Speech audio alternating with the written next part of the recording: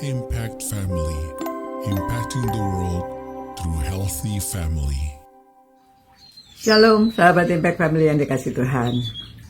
Apa kabar saudara? Saya harap saudara dalam keadaan baik.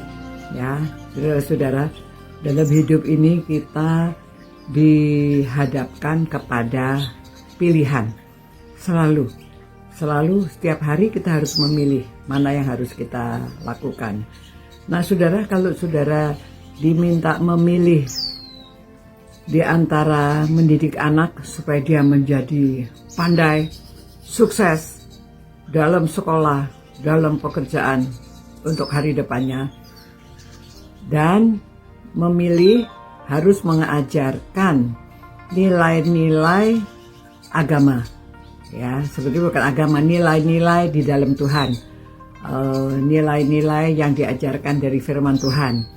Nah saudara memilih mana yang lebih prioritas. Ya, memang bagi saya prioritasnya mengajarkan kebenaran firman Tuhan.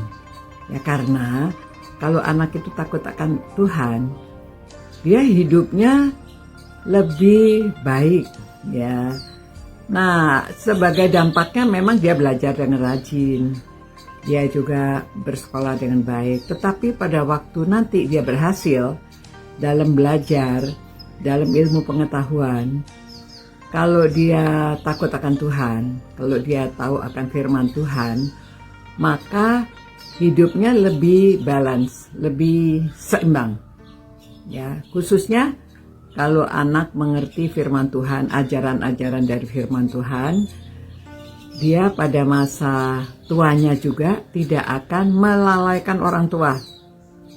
Nah saudara, saya bicara ini, ya ada ayat dari Yeremia 14 ayat 22 mengatakan demikian. Adakah yang dapat menurunkan hujan di antara dewa kesia-siaan bangsa-bangsa itu? Atau dapatkah langit sendiri memberi hujan lebat? Bukankah hanya Engkau saja ya Tuhan Allah kami, pengharapan kami yang membuat semuanya itu? Nah ayat ini apa hubungannya? Nah kita tahu bahwa dari ayat ini memang Yeremia berbicara kepada orang Israel, ya, karena mereka ada yang menyembah berhala dan lain-lainnya. Lalu dia memberitahukan memangnya semua yang terjadi dalam alam semesta ini siapa yang membuat? Ya, hanya Tuhan. Nah, kita perlu mengajarkan pada anak cucu kita mengenai hal ini supaya mereka punya pengharapan di dalam Tuhan. Walaupun mereka belajar, walaupun mereka berusaha, mereka berbuat apa saja, tapi harapan mereka ada di dalam Tuhan. Nah, mengapa saudara? Karena banyak orang yang disekolahkan, orang tuanya mati-matian menyekolahkan anaknya supaya berhasil menjadi apa saja, hebat, tetapi pada akhir hidupnya bagaimana? Ya, akhir hidup dari orang tuanya ini, ya. Nah, saya baru membaca mengenai Habibie, ya, mantan Presiden Habibie itu pada akhir hidupnya menulis bahwa dia menyesal.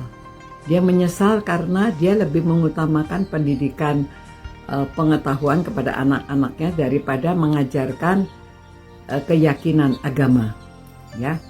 Walaupun dia orang Muslim, tetapi kan ajaran-ajaran di dalam Muslim kalau untuk kehidupan itu kan baik juga, ya, ajarannya, ya saudara.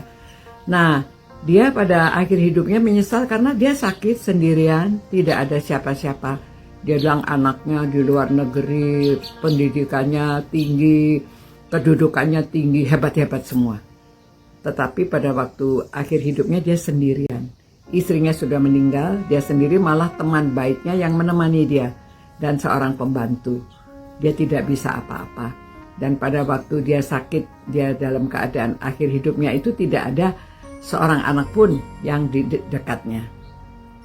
Jadi dia menyesal mengapa tidak mengajarkan agama. Jadi kalau ada kesempatan, dia katakan dia akan lebih banyak beramal, dia akan lebih banyak mengajarkan keyakinan pada anaknya, dia akan lebih banyak berbuat baik, dia akan lebih banyak melakukan hal-hal yang diajarkan oleh agama. Nah, saudara-saudara, supaya saudara tidak menyesal, ya, karena kebanyakan orang yang merenungkan firman Tuhan ini orang dewasa. Jadi saudara ajarkanlah anak cucu saudara itu untuk berpengharapan di dalam Tuhan, ya, untuk mereka mengetahui bahwa segala sesuatu ini tanpa Allah, tanpa Tuhan kita tidak ada yang terjadi. Jadi yang lebih utama mereka takut akan Tuhan. Mereka kalau mempelajari firman Tuhan, mereka tahu mereka harus menghormati orang tua. Mereka harus sayang sama orang tuanya. Jadi mereka akan memelihara orang tua. Memang orang tua tidak bisa mengharapkan banyak kalau kita tidak mendidik dari awalnya. Ya, kalau pada waktu sudah tua, ya seperti saya ini, ya anak-anak mengasihi, aduh bahagia sekali menikmati hidup karena ada anak, cucu, menantu. Walaupun tidak setiap hari bersama-sama, tetapi mereka selalu memperhatikan. Mereka selalu bertanya. Mereka video call. Mereka mengundang saya untuk datang tinggal di rumahnya. Dan hubungan ini baik terus ya. Karena mereka semuanya takut akan Tuhan. Mereka tahu mana yang lebih penting dalam hidup ini. Memang karier penting, mencari uang penting, tetapi keluarga itu juga lebih penting.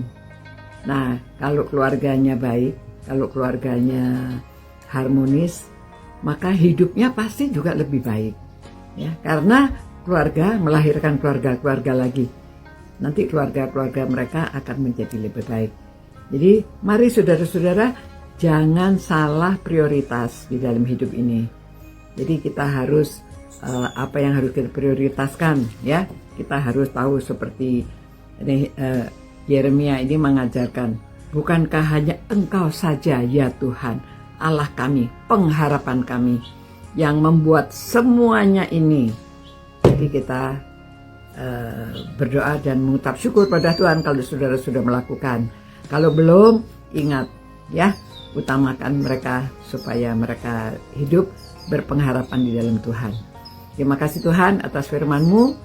Berkatilah semua orang yang merenungkan firman-Mu ini agar tahu prioritas dan mereka dapat mendidik anak cucunya mereka di dalam takut akan Tuhan dan mereka berpengharapan hanya kepada Engkau. Terima kasih Tuhan, berkati semua orang yang merenungkan firman-Mu ini agar mereka dapat menjalankan firman Tuhan. Demi nama Yesus kami berdoa. Amin. Demikian saudara-saudara, sampai jumpa pula.